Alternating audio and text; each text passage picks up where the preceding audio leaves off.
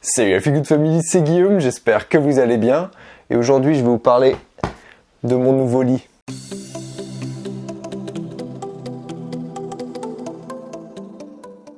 Eh oui, en gros fan du Japon, j'ai investi dans un futon. D'ailleurs, en japonais, on prononce futon. Et même, d'ailleurs, en japonais, c'est un abus de langage parce que le matelas seul s'appelle pas un futon, s'appelle un shikibuton. Petit point culture, t'as vu? Alors bien sûr, j'ai pas investi dans un futon que parce que c'est japonais. J'ai aussi investi dans un futon parce qu'en termes de santé, c'est intéressant. Et je vais vous donner 3 avantages du futon dans cette vidéo. D'ailleurs oui, jusqu'à la fin de la vidéo, je vais l'appeler futon. Pour info, le futon, c'est l'intégralité du lit, c'est-à-dire matelas, couette, drap, tout. Ça s'appelle un futon. Le premier avantage, il correspond parfaitement à mon mode de vie, c'est que c'est super pratique. Ça prend pas de place. Vous le roulez le soir, donc quand vous n'avez pas trop d'espace, par exemple, comme c'est mon cas, eh bien, vous le mettez dans un coin et vous gagnez en fait toute la place du lit.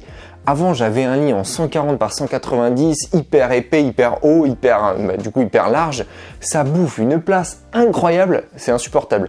Donc là, le côté pratique, c'est que une fois que vous avez votre lit la nuit, de toute façon, vous n'avez pas besoin de bouger, donc pas de problème. Le matin, vous roulez la couette que vous posez au-dessus, vous mettez votre petit coussin au-dessus, et boum, c'est fini, vous regagnez une grosse partie de la place du lit. Ensuite, le deuxième avantage, c'est que en général, et je vous invite à le faire si vous voulez investir dans un futon, c'est que vous l'achetez en coton. L'avantage d'avoir du coton, c'est que le coton en hiver, il va diffuser la chaleur. C'est ça qui est super avec ce matériau. Et en été, il va lui conserver la fraîcheur. Donc c'est 2 avantages hyper intéressants, c'est que vous avez un matelas qui est à la fois parfait pour le froid et à la fois parfait pour le chaud. Pour parler avec des mots qui se la pètent, le coton, c'est un parfait régulateur thermique. Et enfin, le dernier point, il concerne la position quand on dort.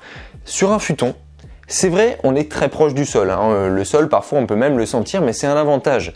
C'est que cette fermeté, liée à la souplesse du coton, fait que votre colonne vertébrale va être très bien positionnée. Vous allez avoir la colonne vertébrale bien allongée et pas avoir de cassure comme ça, un arrondi si votre matelas par exemple de lit il est trop mou.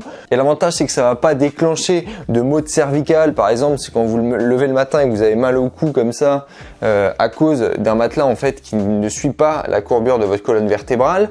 Pareil pour les maux de dos. Donc ça, c'est un avantage du futon, c'est que vraiment vous avez une bonne position quand vous dormez. Certes, ça demande un petit moment d'acclimatation parce que quand vous avez eu l'habitude de matelas classique, forcément vous vous retrouvez si proche du sol et entre guillemets autant en contact du sol, ça change. Mais franchement, depuis que je l'ai, je dors super bien, vraiment. Donc pour le coup, gros bon point au niveau de la posture. Et en plus de ça, vous devenez super adaptable. Si demain vous avez besoin de dormir par terre, c'est beaucoup plus facile. La transition est moins dure. Bon allez, c'est pas le tout de donner des avantages, je vais aussi vous faire une petite démo de comment je déroule le bonhomme. Aucune allusion sexuelle là.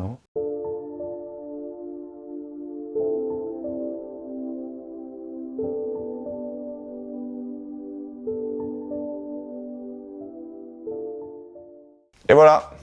Et oui, comme vous voyez, j'ai toujours mes anciens draps et mes anciennes couettes. Donc en fait, ici, c'était celle de mon lit en 140 par 190. Bon, ça passe très bien pour le futon. En plus, on est bien à l'aise, comme ça, on a tout le temps de la couette.